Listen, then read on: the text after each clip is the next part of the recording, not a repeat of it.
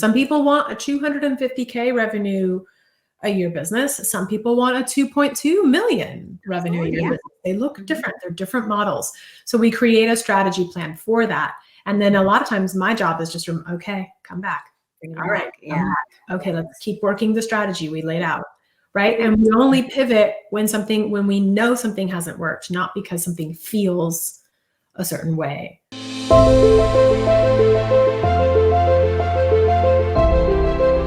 Welcome back to another episode of the Sharice Williams Show, the only podcast created for the highly conscious, high-impact nurse-turned-entrepreneur looking to create, launch, and scale a wildly profitable holistic health coaching and consulting business from a place of ease and flow, while also optimizing her wellness and vitality naturally. So excited to bring to you this topic today, which is something I could talk about probably for days and days on end, but it's the entrepreneurial spiritual journey with none other than Celia Arias. And so I'm so excited, you guys, to jump to this topic. Hey there, Celia, how are you? I'm good. How are you? I am fantastic. So good to see you today. You look fabulous. Thank you. That's very kind. It is very true. Celia, but we'll call you Celia today. She's the founder of the Grown Ass Business. She is a growth strategist and mindset coach who helps ambitious, busy entrepreneurs finally stop flying by the seat of their pants with a unique approach to mastering the fundamental building blocks. Celia and I actually met at a retreat last year. So 2023? Yep. And I remember, sometimes when you're at retreats or doing inside events and it's kind of cold, so you can go outside to defrost. And so we were outside defrosting, but I remember seeing you when you came in. I'm like, oh my gosh, she has the most prettiest dress on. And then we found ourselves both outside defrosting, and then we just connected. And I'm like, I like this chick. Like, just something like you just vibe with someone. That's how it was for me. We were standing right outside the front of the whatever that hotel, the wave, yeah. The wave, that's where it is. And what's funny? I have a picture of us together on that day because I was wearing a green dress and you were wearing a green dress. That's right. And we were both wearing long green dresses and we have a picture together. And my team, it's really funny, they always use that picture when they're doing slide presentations for me and showing like people I've worked with and my clients. And they always put that picture. I'm like, she's not technically a client, but it is a really good picture. So because we're both really happy in these long, flowy green dresses. I'm like, sure, let's go with it. Oh my God, great minds think alike. And so I do remember that dress that day and those dresses, and those are fabulous dresses, FYI. So glad to be connected with you. And so I love, let's just hop into, first of all, tell us a little bit more about you. I read a really brief introduction, but tell us a little bit more about you, your business, who you help, how you help, that type of thing. Yeah. Well, I have been building businesses since I was 11 years old. So I'm from South America. I moved to the States when I was about 5.5. I grew up with immigrant parents. I grew up watching my parents work really, really hard. I mean, like delivering newspapers to make ends meet. While my dad was getting a PhD, and my mother is a doctor, but she didn't have a license to work. So she went from being a doctor in her country to delivering newspapers. So that's what I grew up with. And when I was 11, I really wanted to take ballet and I knew that we couldn't afford it. So I decided to start a business. And I started a whole babysitting business, which I ran throughout middle school and high school. And it's how I actually went to a dance school. I signed myself up for ballet. Yeah, at 5. What 11-year-old does that? 11? That's hilarious. I call my mom and say, we need like an adult approval that she has. My mom was like on the phone, like, what? Where is she? She's what where? Is she doing? What did she do now? Because I was that kid. I wasn't a troublemaker at all. I was just always like, how can I fix this? What can I do? How can I do this project? I was like the kid that always had a project. My mom was like, Celia was always involving me in some kind of project. And I paid for dance, and then I became a professional dancer. You did? Yes, that was my first career and life. And I have a degree in modern dance. People don't know this about me because they just think I'm like a business nerd. But I actually have 4 degrees. And all throughout my life, I've always been building projects, businesses. I've always been involved in businesses in one way or another. In my 20s, I moved back to Argentina to get my second degree in fashion design. I started a fashion line. I ran it for 9 years. and I made all the mistakes. I always say to my clients, I've been there. I've made all the mistakes. I'm not a numbers. I don't teach you numbers and profitability in your business. I don't teach you cash flow because I'm a numbers girl. I teach it to you because I wasn't. And that killed me in my first business. So I'm really a creative that over time has been in so many different business roles that now I'm a consultant and coach to small businesses and entrepreneurs, typically who are at six figures, but they got there through their own genius and magical skills in certain areas. But when you get, you know this, when you get to six figures, there's a certain point where you hit your limit, you hit your wall. And now you're like, oh no, I have to, in order to get past here, I'm either going to have to sacrifice more of my time and energy. And I can't imagine doing that because I'm already overworked in that capacity. And that's the magic moment where an operations person like me comes in. So I've worked in a lot of businesses, but I was a COO to tech startups. And that's when we go, okay, now it's time to open your view and address all the other parts of your business, because that's how you're going to really grow your business. And that's kind of what I do. That's what I teach is I teach this methodology called the Grown Ass Business Framework, which helps you to like grow up. So it's like if you get to a certain revenue and you feel your own limit, when you get there, that's when I go, okay, and now we're going to open up the kimono and we're going to learn about how to make all the parts of your business work so that you don't work harder and exhaust yourself. Yeah. Oh, I love that. I mean, because that's what so many people do, right? And I think sometimes you can get to six figures just by sheer will. You don't even know what the hell you're doing. You're just people do blowing and going. Get to six figures through like sheer will. But then what happens is that moment of, you mean I have to do that all again? Exactly. To do it next year? Yeah. Because you can do a lot on year one or year two out of sheer grit and will and desire. But then when you're like, wait, and now I have to start do it again all over. I have to do that again to get there. So that's what I really teach is when people are there, I'm like, no, you don't. Now we get to strengthen your foundations. We get to optimize the different key elements and pillars of your business so that you don't have to keep draining your tank to keep growing. Right. I love that. Optimizing and systematizing is really what it's all about in order to continue to build upon what you probably created from sheer hustle and grind and sheer will. So yes, love that. And so let's talk a little bit about how business, because I agree with you 1000%. And I think this is why we really vibe too, is that business really is a spiritual journey, like none other. Like none other. So let's talk a little bit about that. Yeah. The reason that I say that is because I think that in life, well, also my fourth degree is a master's in divinity because I wanted to be a pastor. So Sally, I'm learning all these fabulous things about you. Dance people are always like, how old are you? I'm like, I know, I'm older than I look. But I think the thing is that in life, when you go about life doing what everyone told you to do, you're on a certain track. You go to school, you get a job, you work the ladder, you work up the ladder, you work up the job. You're doing everything that you're supposed to do. Maybe you get married, maybe you have children. Now there's a lot more freedom in that, but you're kind of doing the thing that's expected of you, and you know what's coming. And the predictable creates safety, right? And that's the normal human trajectory. So in order to jar you out of who you are and challenge yourself, you may not create the challenges for yourself. But when you're an entrepreneur, when you decide that you're going to get off that track, you're going to get off that train, you're going to get off that, and you're going to go walk in the field that has not been mowed down for you and paved for you and made easy, right? That's a journey. That is literally the expression of the hero's journey, or what in a lot of religions, there's the journey into the wilderness, because you've chosen to get off of the predictable path that we all know what's coming. We all know what happens. And there's a certain safety in our brains when we know what's coming, right? But when you choose entrepreneurship, you're literally going, oh, I'm hopping off the train now. Thanks. Bye, guys. And you're going on your own.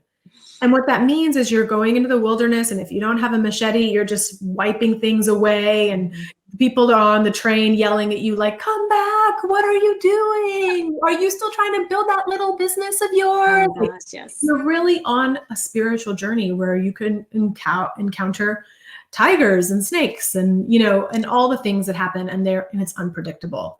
And that to me is the definition of a spiritual journey, because when you're on that journey, what you're really encountering is yourself, and you're encountering yourself in the unknown. And who am I really? Who am I really when I have to hire someone? Who am I really when I have to fire someone? Who am I really when I have to deliver a product or a service to a client? Mm-hmm. Am I enough? Do I feel worthy enough to make the money that I want to make, to ask for the money that I want to charge, to look at the numbers and manage my cash flow? Everything that happens to you in your business really is like an assault on who you are. Like a mirror. And every little thing you have to decide, because a lot of that stuff on the train of life gets decided for you. So true. And on this journey, it's like, oh, what do I want? If I'm going to hire people, what do I want my company culture to be like? If I'm going to charge for my services, what do I want to charge? And how do I deliver the news to a client that this is my price, or this is how much I charge for this product, or actually what is my vision, and what does my business do in the world, and what problem does it solve, and who does it serve? And so it's like, these are all like really big questions about who you are in the world, in this lifetime, in this body.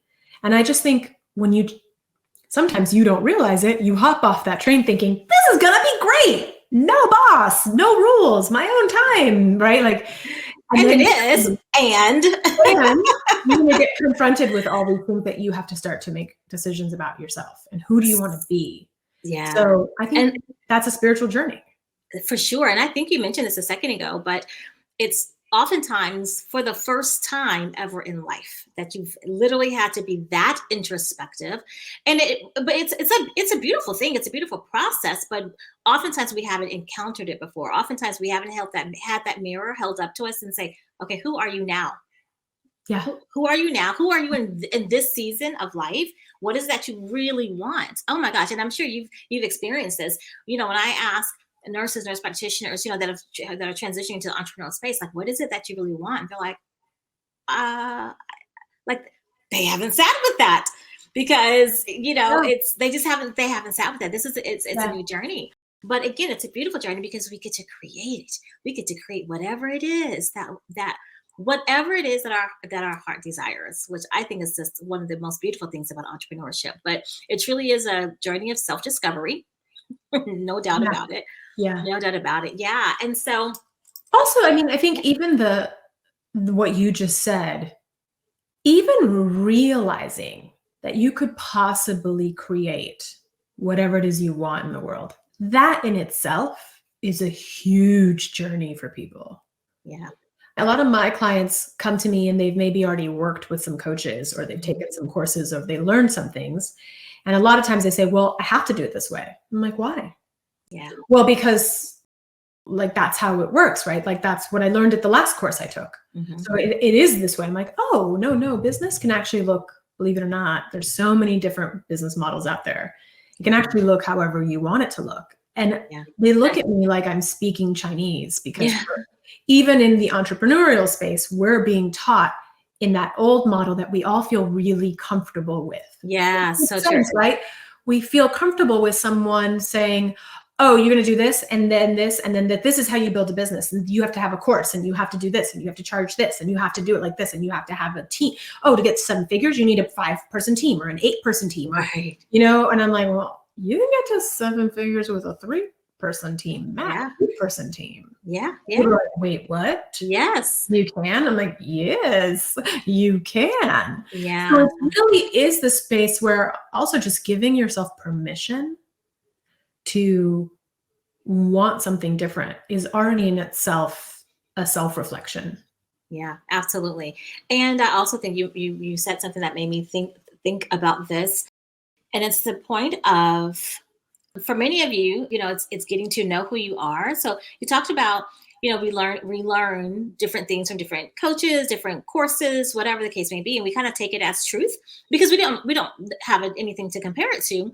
But what's really important is also to be sure to check in with yourself and say, is this aligned? Is this aligned? Like, I know that they're telling me I should do this way, which works great for them, but is it aligned for me? Is it aligned with me? And not does it feel uncomfortable? Because oftentimes it's not going to feel comfortable. Whatever, if you've not been doing it, many times most things will feel uncomfortable. So it's a really fine line and a distinction. Not that it feels uncomfortable, but does this feel aligned with who I am at my core, what my vision is for myself, my company, and where I'm taking it. And so I think it's also very important to just trust, just as big, trust yourself and check in with yourself and not just take everything, I would say, as gospel. Oh yeah, absolutely. Absolutely. Yeah. I mean, I think I was just talking to a client the other day, and it's a husband-wife team. They have this really amazing business. And she was saying, I've just discovered I really don't want to have a huge team. So I want to build the $20 million media company, but I don't want to manage a huge team. So that's not an option for me. Mm-hmm. And he was kind of like, yeah, she really can't manage. She really isn't good at managing people. She's already having trouble with managing her 5-person team. Mm-hmm. And I was like, who says you have to manage a huge team to have a $20 million business? Yeah. But that was kind of the company he was coming from. That's his experience. And he was like, experience. Oh yeah. And he had this moment where he's like, oh yeah, I've been putting that on this model because that's the only model I know. And that's the model I came from. So he was really cool about going, okay, I'm listening. What could it look like? So yeah, I think that's a big part of it is I love to teach, and I have an MBA. I went and got an MBA thinking. Just tell me all of your degrees right quick. I know. I'm a lifetime student, though. I'm one of those people who's like, I would be happy just collecting degrees. I am like you, except for that, because usually I'm in my other office where literally my backdrop are bookshelves full of books that I've read over and over and over. I am a collector of books, and not just don't collect them, I read them. So I am a huge proponent of education on my own terms. I think that's the difference. Like I love learning, not so much at a higher, like at a university. Of course, I have my degree. I was a nurse, but I am always learning stuff, and so I love that. That's just hilarious to me. I feel like every time you start like a new segment, you're like, oh yeah, and my other degree in this. And that other life I lived. Yeah. But the funny thing was now in my foundations program, which is called the Grown Ass Business Accelerator, I always say, I'm giving you a real MBA here. Yeah. This is the real MBA. Don't go get an MBA because I got one. Yeah. And you don't learn this stuff. That's the crazy thing. You learn a lot of theory and like how to, I'm sorry, but present BS in a corporate, room, and how to like put together a deck and say the right things, but you don't learn how to run a business. What are the elements that make a business work? And so I always say, like, this is actually a real MBA. So pay attention. I'm going to teach you all the things you really need to know. But I spend a lot of time teaching those things and at the simultaneously undoing the things we believe. Yeah. Because unlearning to relearn. Yeah. Because we are part of a system, and we're part of a world that's constantly feeding us information that wants us to be a part of this like systemic way of doing things, right? And we don't notice it. Like we are taking in even social media. I mean, the ads today that I get on my social media accounts, I'm like, wow, these ads are really good. I know. I believe him, even though I'm a strategist and I know he's wrong. But like, but it's good. That was good. Exactly. So we're being indoctrinated, absolutely, all the time about a way of life that we used to feel comfortable with. And I think as humans, we're constantly trying to get back on that train track because we're always looking for safety and we're looking to create safety. And we think the way things that we know things should look, that must be safety. I must go back and try to do things that way. It's why I think, on a totally different scale, it's why some women start to take on a completely masculine way of being and behaving in business and treating their team, because that's just a system that they know works. It's been what's modeled. Going back to the indoctrination. And so you're going back to like, well, I know that model works rather than, does it work to be in my feelings and empathic and still be on top of it and productive and in charge Oh, and I make love that. money, right? It's just Yeah. a system that we know and trust and we think it's safe. And so that's why we lean towards it. So Right. that's what I do is I try to teach and unteach at the same Yeah, time. I always say that. I say we're going to have to do some unlearning, and then we're going to relearn. And it's so funny you brought up MBA. I do not have an MBA. A lot of my clients are RNs and with MBAs. But the name of one of my frameworks within my program is the six-figure MBA method. But MBA stands for mindset, business development, and then ascension. A is the ascension. And so it's really interesting you said that. But let's you talked about safety and that train. I love how you even brought in the metaphor of the train. But we can't have safety in our business. So yeah, let's talk about safety, because you just mentioned about safety in the train that you so beautifully illustrated. But how do we create safety in our business? Because I don't want the listeners Mm. to think I don't want the listeners to think like, oh my God, it's not safe over here. Absolutely, but you get to create your you get to create what you determine to be safe, your version of safety. So it's not like you're out in the wild, wild west. Well, sometimes it feels like it, but but not really. But let's talk a little bit about that. What are your thoughts on that? Oh my gosh. I mean, it's almost like I prepped you to ask me. That we did not talk We did not. before, guys. I did not tell her to ask me this question. I'm so glad you asked me that, because I joke all the time in my programs that what I really do is I teach nervous system regulation for your business. Yeah. And that's all I do, is that I teach you how to create safety in your business. So So important. the way that I think that you begin to create safety in your business is by actually understanding how your business works. Mhm. Here's how I teach it. Here's how I think about it. Here's a way to what do I mean by that? Okay. You wouldn't go to a piano and expect yourself to be able to whip out some Bach or Mozart. Right. You wouldn't expect that of yourself, right? You'd go to a music teacher and learn the scales and learn the keys and learn how to read music. And then you would practice. And then you would you would eventually play some simple Bach or some simple Mozart, right? Mhm. There is some.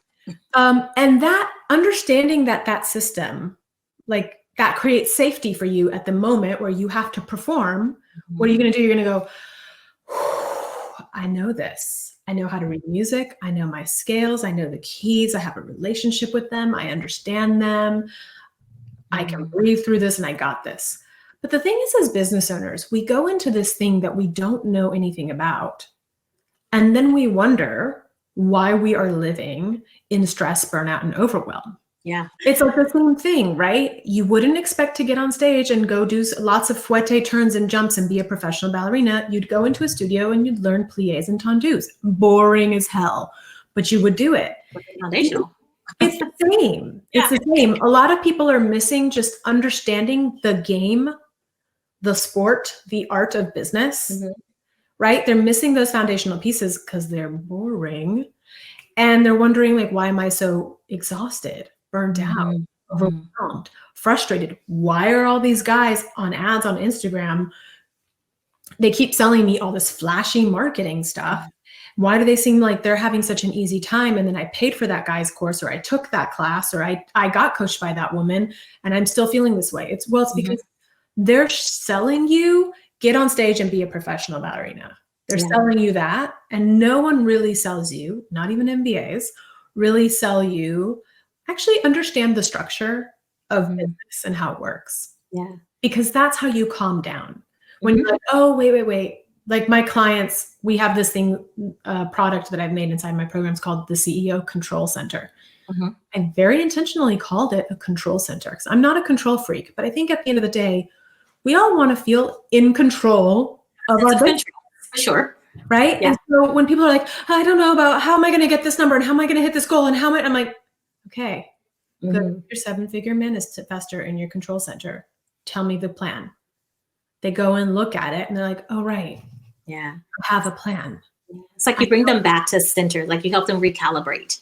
I constantly, I'm like, but you know the tool. You know how to read sheet music now. You know how to play your scales. Yeah. So go back to the plan. What does your plan say? Oh, right. I don't know why I got so spun out and panicky all of a sudden. I just got to go follow up with these three people. I need to go do a webinar. I need to go network. I need to hit my podcast and go, oh, right. And then they go and they're like working their sheet music. Right. And it calms and then they calm down. Yeah. Totally. And then when other stuff comes up, it's like, okay. And this is what I always say. I'm like, the thing that's coming up for you right now, is it a business strategy question or is it a self-esteem, self-worth, am I enoughness story that's coming up for you disguised as, right, I don't know enough about business, so I need to go buy another course. Right. Every time one of my clients goes and buys some other course or joins some other community, I'm like, nothing wrong with it, but I'm like, but why are you doing that? Yeah. And oftentimes it's your goals, or is it feeding this internal fear of like, I don't know enough. Not enoughness. I'm not enough. Yeah, unworthiness. Absolutely. Oh, I'm so glad you brought that up. I absolutely believe that those that are listening are going to totally resonate with this message because it's so true. We are always, not always, but oftentimes looking to feel that unworthiness piece through purchasing different things, attending this and that. And it just becomes really important. I love that you said, okay, let's look at this. Is this disguise? Is it just dressed up differently?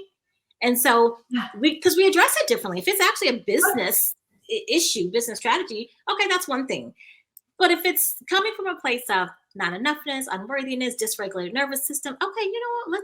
Let's do that. Otherwise, you're trying to fix the wrong problem with really the wrong solution, to be quite honest. Always. Yeah. And what I've seen hundreds of times now, because I've been a COO and then I was a head coach for a coaching company. And now I run my own coaching company. So I've seen this hundreds of times. The thing that stalls people is that they're usually solving the wrong problem at the wrong time. Yes. Because we want to distract ourselves from the thing that we have to do. Right. And so we're like, oh, that guy who just made an amazing Instagram ad, that must be it. That must be my problem. My clients literally come to me and they're like, I think I need to do this. And I'm like, really? Yeah. It's a defense mechanism because we know that whatever it is that we're supposed to be doing, it's going to require a different version of us, right? It's going to require us to step outside of our comfort zone. And we're like, I don't want to do that. So what does our little sneaky brain does? Distraction, because we don't want to go over there, but see, that's the indicator. I always tell my clients that's the indicator. When you find that you're starting to get distracted, when you find that for whatever reason, you keep somehow avoiding doing X, that's your indicator that X is what you need to do. Otherwise, you wouldn't get that that need to not do it. That's the very thing that you need in that very moment. And we want to run away from it because we don't like discomfort, but that's the key. That's like the key to the kingdom. Yeah. Run towards it. And then you get on the other side of it and it's kind of like a roller coaster. You're like, oh, that wasn't that bad. Let's ride it again. Let's get on it again. Yeah. And so that's like how I've structured my programs. Actually, beautiful. That's how I work with people is we understand how business works. And then we build out a strategy plan based on their business model. And what they're trying to do in the world. Because we all have different goals and we all have different dream lives. Some people like working 7 days a week. Some people don't. Some people want a 250K revenue a year business. Some people want a 2.2 million revenue a year business. They look different. They're different models. So we create a strategy plan for that. And then a lot of times my job is just, okay, come back. All right. Yeah. Okay, let's keep working the strategy we laid out. Right. And we only pivot when we know something hasn't worked, not because something feels a certain way. Right. No, I love that. We work very similarly. I didn't realize we haven't had a whole lot of business conversations, but what I'm learning through this conversation that we work very, very similarly. And so that's actually super cool. Another reason why we vibe so well. So I love that. This has been so phenomenal, Celia. I wish that we had just more time. I'll just have to have you back. Okay. We'll do a part 2 of the, I will happily come back. Okay. Awesome. Well, I always love to do a quick rapid fire questions. And so you up for it? Yes. Okay. All right. Tell me who was whatever your celebrity crush? The childhood celebrity crush. Oh, what's so funny? Let's hear it. Because I have a whole rule with fake husband that if I actually met him, he's like, it's a go. You get to go. So it used to be, I guess it's changed. It used to be Robert Downey Jr. because that's a Okay. childhood thing because he was in this movie called Only You. Yeah. But now it's one of the Ryans, which I guess it's Ryan Reynolds. He's Oh, yeah. Why did I think you were going to say Brad Pitt? I don't know. No, I am not a Brad Pitt girl. What? Too obvious. Too obvious. No. But it's Ryan. What's the other Ryan? There's two famous. Gosling? Okay. It's not Gosling. I love Reynolds, Ryan Gosling, but no. Ryan it's Reynolds because he's hilarious. Yeah, he and is. The truth is, the way to my heart is you're either super nerdy or you're hilarious. Okay. I love it. And he is just hilarious. So he's my celebrity crush. I love it. Okay, cool. All right. So one person who you would trade places with for a day. Oh. Sarah Blakely. Ooh, why Sarah Blakely? I just think she's built something phenomenal, and she built something phenomenal when women were not building businesses that way and of that size. And I come from product manufacturing, and she built a business in product, and I know how hard that is. And she's still doing it. She's still running the empire, and she hasn't done the cheesy, like every successful business person now suddenly becomes a business coach. Yeah. And I'm like, what? Why are you all business coaches now? Yeah. But I just respect that she's still like, no, I founded Spanx. Praise God for her. And I mean, first of all, thank you. Second of all, you became like a billionaire female founder. Yeah, huge. And she hasn't sold out. I guess it's like that she hasn't sold out and they're like, okay, I'll do a business coaching program because I can just get a lot of people's money. Yeah. I just love that she speaks to that world, the world of investors and building a business and being in a male-dominated world without having really sold out. And I appreciate that. I love that. All right. What is Celia's guilty pleasure? Gosh, I'm so bored. Honestly, Charisse, I'm such a nerd and I'm so boring. Maybe reading? I don't know. Is that your guilty pleasure? But that feels like too good. Like that's too good. Right? I know. I do read a lot. I would say my guilty pleasure is, this surprises people, especially because of my background in performance and stuff like that. But I'm an introvert. So a guilty pleasure of mine is I will book solo trips, which is not my partner is not a fan. Yeah. But sometimes even I will book like in the town over, I'll book a weekend, 1 night or 2 night stay in a hotel just to like be in a hotel room and go to a spa and like not talk to anyone. Okay. So I'm loving this, Celie, and I'm loving this so much because literally, so I just at the end of the year I bought this. It's called Big Ass Calendar. It literally is a big ass calendar. Of course, you know that's Sarah Blakely's husband who makes that, right?